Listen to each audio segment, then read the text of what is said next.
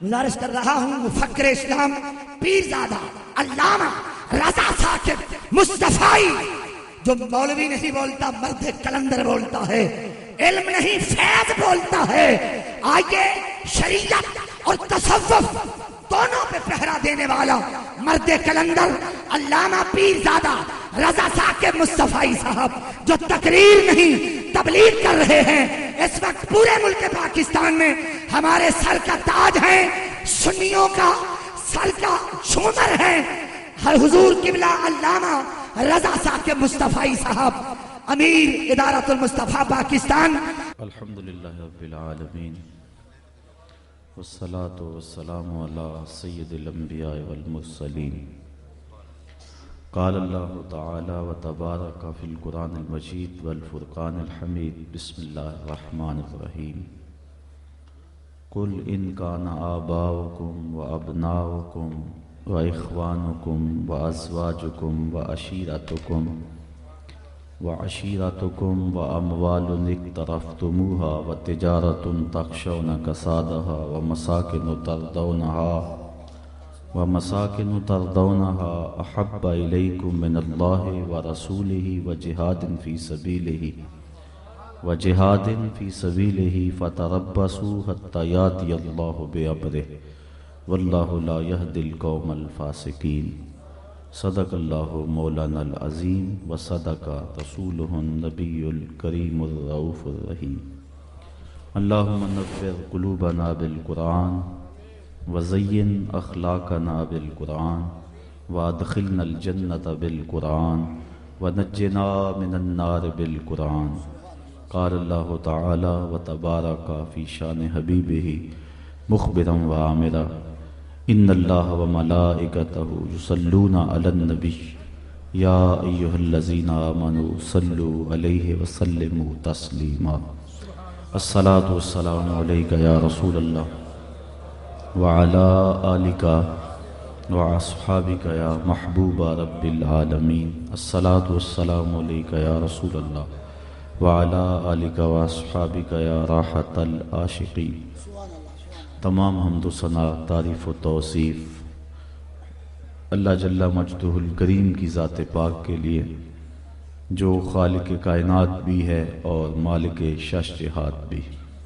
اللہ جل وعلا کی حمد و ثنا کے بعد حضور نبی اکرم شفیع امم رسول محتشم نبی مکرم اللہ کے پیارے امت کے سہارے رب کے محبوب دانائے غیوب مالک رقاب امم فخر عرب و عجم والی کون و مکان سیاہ لا مکان سید انس و جاں سرور لالا رخاں نیر تاباں سرنشین مہوشاں ماہ خوباں شہنشاہ حسینہ تتمہ دوراں سر خیل زہرہ جمالاں جلوہ صبح ازل نور ذات لم یزل باعث تکوین عالم فخر آدم و بنی آدم نیر بطحا رازدار ما اوہا شاہد ما طغا صاحب علم نشرہ معصوم آمنہ احمد مجتبیٰ حضرت محمد مصطفیٰ صلی اللہ علیہ وسلم کے حضور ناز میں اپنی عقیدتوں، ارادتوں اور محبتوں کا خراج پیش کرنے کے بعد عزت و وقار کی مسندوں پہ جلوہ گر مہمانان ذی وقار، معزز محترم سامعین، منتظمین محفل، السلام علیکم ورحمۃ اللہ وبرکاتہ۔ آج کی یہ پرنور محفل نور بارگاہ سرور عالم میں اپنی عقیدتوں اور محبتوں کا خراج پیش کرنے کے لیے ہمارے میزبان عالی مرتبت جناب محترم جاوید صاحب سلہریہ کی جانب سے منعقد ہے۔ بارگاہ رب العزت میں دعا ہے کہ آج کی اس بابرکت محفل کا ایک ایک لمحہ قبول فرمائے۔ حضور کا ذکر یقیناً دلوں کے لیے تسکین کا سامان ہے۔ حضرت شیخ مہدی الفاسی مطالع المسرات شرح دلائل الخیرات میں لکھتے ہیں، حضور کا ذکر سن کر جس شخص کے سینے میں ٹھنڈ نہیں پڑتی، اس کے سینے میں دھڑکنے والا دل کسی مومن کا دل ہی نہیں ہے۔ یہ ہو ہی نہیں سکتا کہ حضور کا ذکر ہو اور دلوں کو قرار نہ ملے۔ جب کسی کے لبوں پہ نعت نبی کا نغمہ چڑھتا ہے، لگتا ہے جس طرح باد بہاری چل پڑی ہے جو روحوں کو گدگدا رہی ہے اور من کے اندر اجالے پیدا کر رہی ہے۔ اور انسان جب اپنے اندر کیفیات کے ہجوم کو دیکھتا ہے تو سلطان باہو کے لہجے میں پکار اٹھتا ہے، اندر بوٹی مشک مچایا اتے جان پھلنتے آئی ہو۔ تو یہ حضور کے ذکر کی برکتیں ہیں کہ جہاں حضور کا ذکر ہو وہاں خوشبوئیں پھیل جاتی ہیں۔ ہمارے نقیب عالی مرتبت میلاد ہاؤس کے حوالے سے بات کر رہے تھے کہ ہمارے میزبان محترم نے اپنے گھر کا نام میلاد ہاؤس رکھا، اور میرے دل میں یہ بات آ رہی تھی کہ حضور علیہ السلام کے میلاد کے ساتھ جو منسوب مکان بنایا گیا اس کو فنا نہیں ہوگی، چونکہ جہاں ذکر رسول ہو وہاں بقا ہوتی ہے۔ یہ ایک مثال میں آپ کے سامنے رکھوں گا کہ مقام ابراہیم ایک ایسا پتھر ہے جس کے سینے پہ حضرت ابراہیم علیہ السلام کے قدم ثبت ہیں، اور اس کو مصلی بنانے کا کہا گیا۔ سینکڑوں ہزاروں پتھروں پر ان کے قدم لگے تھے، چونکہ جس وادی میں وہ رہے ہیں، شام سے فلسطین تک اور فلسطین سے حجاز تک جن راہوں سے گزرتے رہے وہ سارے راہ پتھریلے تھے۔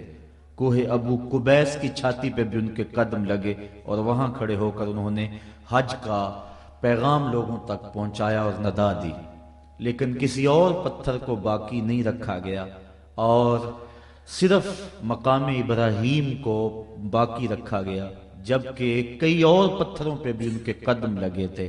لیکن اس پتھر کو باقی کیوں رکھا گیا؟ اس لیے کہ حضرت ابراہیم علیہ السلام نے اس پتھر پہ کھڑے ہو کے میرے نبی کا میلاد پڑھا تھا۔ ربنا وابعث فیہم رسولا، اے اللہ اس رسول کو بھیج بھی دے۔ تو جس پتھر پہ حضور کا میلاد پڑھا گیا، باقی پتھر مٹ گئے، وہ پتھر آج بھی موجود ہے۔ تو جو گھر جو بستی حضور کے میلاد سے منسوب ہوگی، اللہ تعالیٰ وہاں برکتیں نازل فرما دے گا۔ اور حضور کے میلاد کا انعقاد کرنا یہ ایسا مبارک عمل ہے۔ آپ سینکڑوں بار علماء سے یہ بات سن چکے ہوں گے کہ ابو لہب نے اپنی لونڈی سویبہ کو جب اس نے خبر دی کہ تیرے ہاں بھتیجا ہوا ہے تو اس نے انگلی کے اشارے سے آزاد کر دیا، اور یہ اس نے کوئی نیا کام نہیں کیا تھا۔ عرب کے مزاج میں یہ بات شامل تھی کہ اگر غلام خوشخبری لائے تو آقا اس کو آزاد کیا کرتا تھا، تو اس خوشخبری پر اس لونڈی کو آزاد کر دیا گیا۔ اب جب نور رسالت کی شعائیں گھر گھر پہنچی اور اس کے اجالوں سے کائنات روشن ہو گئی، لیکن ابو لہب کا کلبہ احزاں اس سے محروم رہا۔ کول ہندیاں بھی کئیاں اپنا نہ جانیا، دل والیاں آکھیا دلدار آ گئے۔ یہ تو اپنے اپنے مقدر کی بات ہے۔ ابو جہل کو قبر میں سوال ہوتا ہے، ما کنتا تقولو فی حق حاضر رجل۔ ابو لہب کو بھی پوچھا جاتا ہے، شیبہ کو بھی، یہ ولید کو بھی، عتبہ کو بھی پوچھا جاتا ہے، لیکن وہ کیا کہتا ہے؟ ہاتھ لا ادری، ہائے افسوس میں تو نہیں سے جانتا کہ یہ کون ہے۔ اچھا جانتا نہیں تو پتھر کس کو مارتا تھا؟ جانتا نہیں تو گڑے کس کی راہوں میں کھودتا تھا؟ جانتا نہیں تو کانٹے کس کی راہوں میں بچھاتا تھا؟ جانتا نہیں دارالندوہ میں بیٹھ کے قتل کی سازش کس کے خلاف تیار کی تھی؟ جانتا نہیں تو اوجریاں کس پہ ڈالی گئی؟ جانتا نہیں تو کس کے لیے بدر میں آیا تھا؟ لیکن کہتا ہے ہاتھ لا ادری، ہائے افسوس میں تو نہیں جانتا۔ جس نے ساری زندگی دیکھا، جو مقابلہ کرتا گیا، جو پتھر مارتا رہا، جو گڑے کھودتا رہا، جو مخالفت کے طوفان اٹھاتا رہا، جو انعام رکھتا رہا گرفتاری پر، آج کہتا ہے ہائے افسوس میں نہیں جانتا۔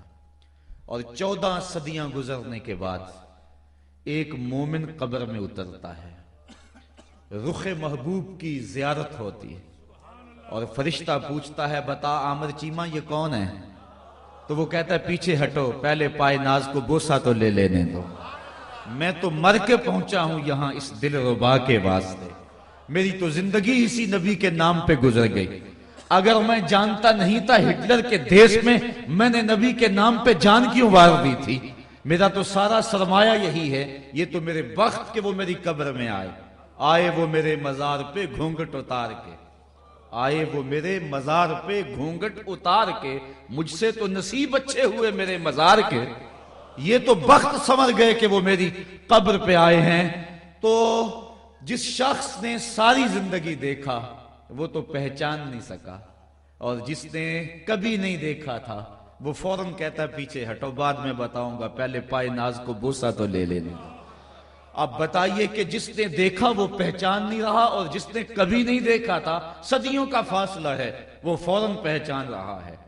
تو کیا ماجرا ہے؟ اصل اس کی اس آنکھ نے دیکھا تھا، دل کی آنکھ نے نہیں دیکھا تھا، اس لیے یہ آنکھ تو بند ہوئی، دل کی آنکھ کھلی، دل کی آنکھ نے دیکھا ہی نہیں تھا، اس لیے کہنے لگا ہے ہاتھ لا ادری، میں تو نہیں پہچانتا۔ اور مومن کی اس آنکھ نے گو نہیں دیکھا تھا، لیکن در دل مسلم مقام مصطفیٰ آبروئے ماز نام مصطفیٰ، مومن کے دل میں تو ڈیرے ہی محمد عربی کے ہوتے ہیں۔ اس نے اگرچہ دیکھا نہیں تھا، نعت خواہوں سے تذکرہ تو سنا تھا، اس نے مہر علی سے نقشہ تو سنا تھا کہ مکھ چند بدر شاہ شانی ہے، متھے چمک دی لاٹ نورانی ہے، کالی زلف تے اکھ مستانی ہے، مخمور اکھی ہن مد بھریاں۔ اس نے نقشہ سنا تھا، جب پردہ ہٹا کہا یہ تو وہی ہے جس کے لیے میں محفل میلاد سجایا کرتا تھا، جس کے لیے میں نعرے لگایا کرتا تھا، جس کے لیے زندگی کے شب و روز میں نے وار دیے۔ تو قریب ہونے کے باوجود بھی ابو لہب محروم رہ گیا، ساری زندگی مخالفت کرتا رہا۔ اس کی مذمت میں قرآن مجید میں سورت اتری، بلکہ قرآن مجید کے اندر اگر کسی کافر کا نام لیا گیا ہے تو وہ ابو لہب کا لیا گیا، صحابہ میں سے حضرت زید کا نام اور کفار میں سے ابو لہب کا نام، باقیوں کے ساتھ اشارے کنائے سے بات کی گئی ہے، لیکن اس کو مخاطب کر کے اللہ تعالیٰ نے فرمایا تبت یدا ابی لہب و تب، میرے محبوب کو بری نظر سے دیکھنے والے اور تبن لکا ہنالک سائر الیوم الہذا جماعتنا کا تانا دینے والے تیرے دونوں ہاتھ ٹوٹ جائیں۔ اللہ کی طرف سے جواب آیا۔ اس کی بیوی کے لیے مذمت آئی جو حضور کی راہوں میں کانٹے بچھایا کرتی تھی، لیکن جب مر گیا تو حضرت عباس بن عبد المطلب رضی اللہ تعالی عنہ نے خواب میں دیکھا اور کہا سنا کیا حال ہے؟ کہا حضور کی مخالفت بڑی مہنگی پڑی، سخت عذاب میں ہوں اور دکھ میں مبتلا ہوں، لیکن جب پیر کا دن آتا ہے تو میرے عذاب میں بھی تخفیف ہوتی ہے، اور حضور کے آنے کی خوشی میں لونڈی کو جس انگلی سے آزاد کیا تھا اس سے مجھے ٹھنڈا اور میٹھا مشروب بھی ملتا ہے۔ اب اس نے حضور کو نبی سمجھ کر خوشی نہیں کی تھی، جب اعلان نبوت ہوا تو اس نے انکار کیا، بھتیجا سمجھ کے خوشی کی تھی، لیکن اس کے باوجود قبر میں اس کو بھی فائدہ پہنچ رہا ہے، اور یہ کتب صحاح میں روایت موجود ہے۔ حضرت امام ابو شامہ جو شارح مسلم امام نووی کے استاد ہیں، آپ فرماتے ہیں بھتیجا سمجھ کے خوشی منانے والے کافر کو بھی اللہ محروم نہیں رکھتا، تو کہا اس مومن اور موحد کا عالم کیا ہوگا جو نبیوں کا امام سمجھ کے خوشیاں مناتا ہے۔ تو حضور کے آنے پر اظہار مسرت کرنا، اظہار خوشی کرنا، یہ مومن کا طرہ ہے اور اس کا مزاج ہے، اور وہ مختلف بہانوں سے حضور کا تذکرہ کرتے ہیں۔ آج بھی یہ بابرکت، خوبصورت اور پر نور محفل آپ کے یہاں سجائی گئی، اللہ تعالیٰ آپ کو اور مجھے اس کی برکتیں عطا فرمائے۔ قرآن مجید سے میں نے جو کلمات اور جو آیت نور آپ کے سامنے تلاوت کی گئی ہے، اس میں ارشاد فرمایا اے محبوب فرما دو، اے لوگو اگر تمہارے ماں باپ، تمہارے بیٹے، تمہارے بھائی، تمہاری بیویاں، تمہارا کمایا ہوا مال، تمہارے قبیلے اور تمہاری وہ تجارت جس پر تمہیں کساد بازاری کا ڈر لگا رہتا ہے، اور تمہارے وہ محبوب بنگلے اور کوٹھیاں جو تمہیں پسند ہیں، اگر اللہ، اس کے رسول اور جہاد فی سبیل اللہ سے تمہیں زیادہ محبوب ہیں تو پھر اللہ کے فیصلے کا انتظار کرو. بے شک اللہ تعالیٰ فاسق قوم کو ہدایت نہیں دیتا. حضور علیہ السلام کی محبت اہل ایمان کے دل کا قرار ہے، اور جس کے سینے میں حب رسول نہیں ہے اس کے سینے میں دھڑکنے والا دل، میں عرض کر چکا شیخ مہدی کے حوالے سے، کسی مومن کا دل نہیں ہے. محبت کیا ہے؟ کسی شخص کی طرف قلب کے رجحان کو محبت کہتے ہیں. کسی نے کہا کہ کچھ لوگوں میں سے کسی شخص کو اختیار کرنا یہ محبت ہے. محبت کے مختلف انداز اور مختلف تعریفات کی گئی ہیں. علامہ اقبال نے اپنے انداز کے اندر ایک طویل نظم کے اندر، جس کا عنوان ہی محبت ہے، محبت کی تعریف کی ہے. وہ کہتے ہیں عروس شب کی زلفیں تھی ابھی نا آشنا خم سے، ستارے آسماں کے بے خبر تھے لذت غم سے، قمر اپنے لباس نو میں بیگانہ سا لگتا تھا، نہ تھا واقف کبھی گردش کے آئینے مسلم سے. ابھی